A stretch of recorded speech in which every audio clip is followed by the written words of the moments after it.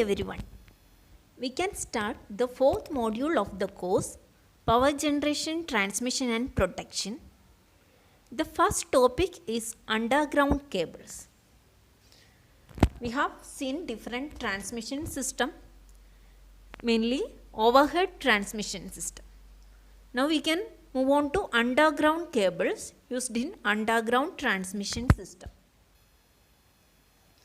An underground cable consists of one or more conductors with suitable insulation and surrounded by protective cover.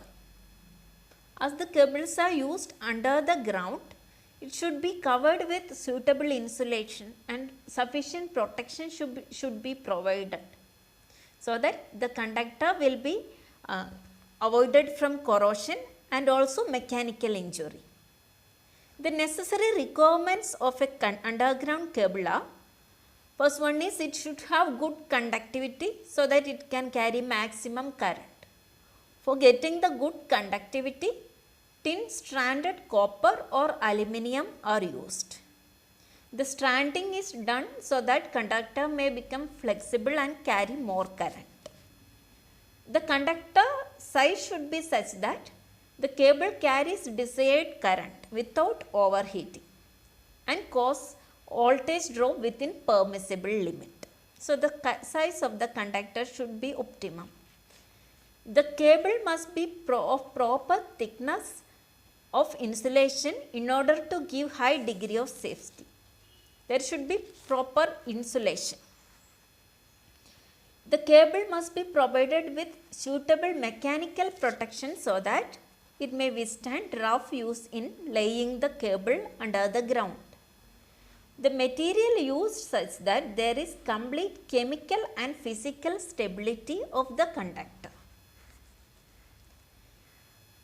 The main parts of an underground cable are cores or conductors, that is the part which carries the current. So it will be a conductive material. It can have one or more than one conductor depending on the type of service. If it is a 3-phase service, we can have 3 core cable. The conductors are made up of tin, copper or aluminium, and usually it will be stranded in order to provide flexibility to the cable. Then above the conductor there will be insulation. Each core or the conductor is provided with suitable thickness of insulation. Usually paper insulators are used, can be varnished fabric or rubber minerals. The thickness of insulation depends on the voltage to withstand by the cable. Then above the insulation there is metallic sheath. That is for protecting the cable from moisture, gases or other damaging liquids. The metallic sheath will be made up of lead. Then there is bedding. Over the metallic sheath, the bedding is provided, that is a fibrous material like jute.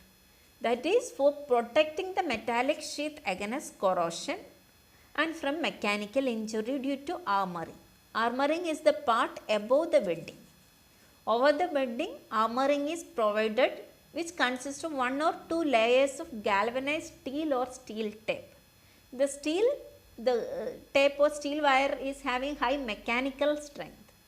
So in order to protect the cable from mechanical injury, armoring with steel tape is used. Above the armoring there is serving. In order to protect the armoring from atmospheric condition, a fibrous material is provided above the armoring, which is called serving. In some cases, low voltage cases, armoring can be avoided. So these are the construction of cable. Now we can see different types of cables. Based on the type of insulating material used and also depending on the voltage level, the cables are classified. Here it shows the classification based on the voltage level. First is low tension cables, that is up to 1000 volt, high tension cables up to 11 kV, supertension cables from 22 kV to 33 kV, extra high tension from 33 kV to 66 kV, extra super voltage beyond 132 kV. These are the classification based on voltage, and depending on the type of service, it can have different number of cores, single core, 2 core, 3 core or 4 core, depending on the number of conductors. If it is a 3-phase service, it can be 3 core.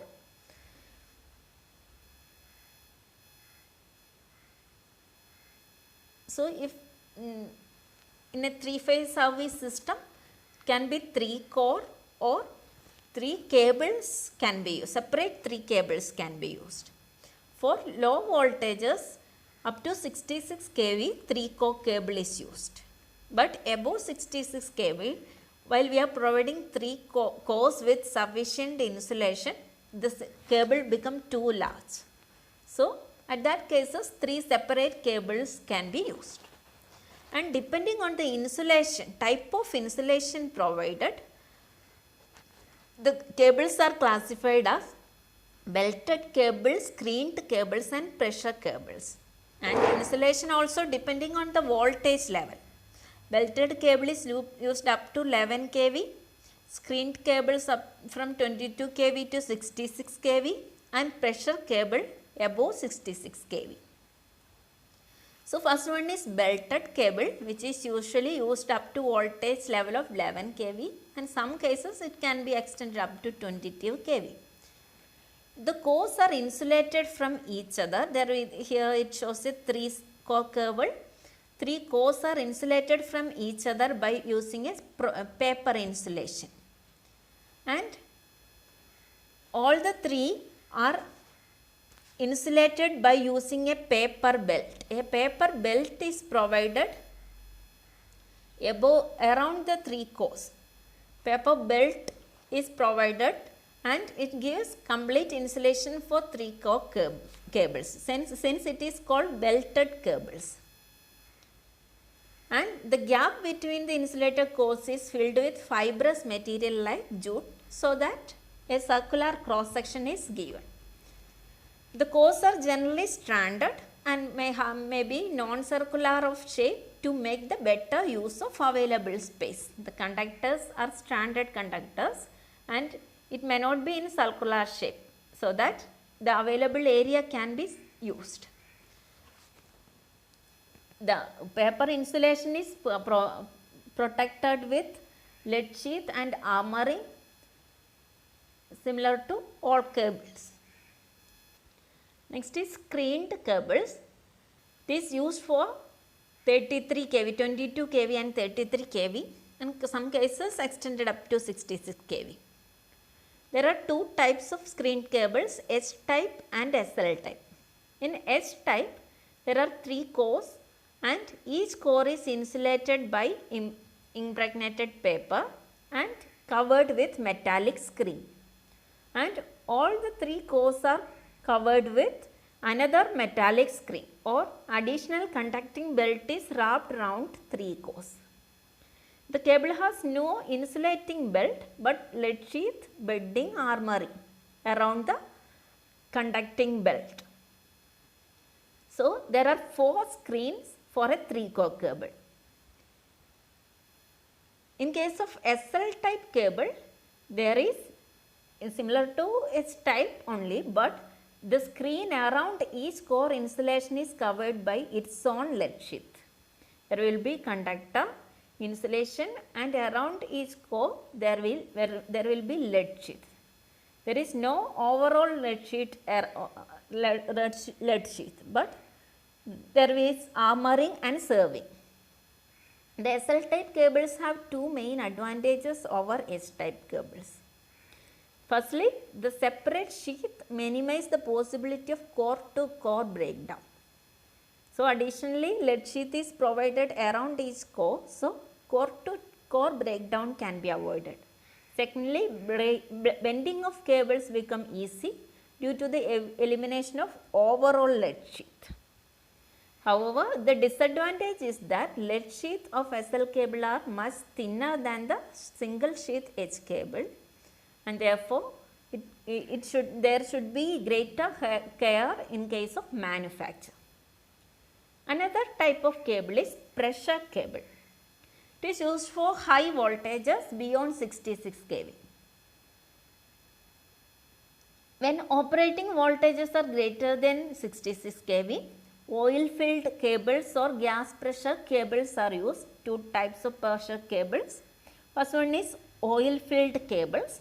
In such type of cables, channels or ducts are provided in the cable for oil circulation. There will be oil circulated around the channels provided in the cable.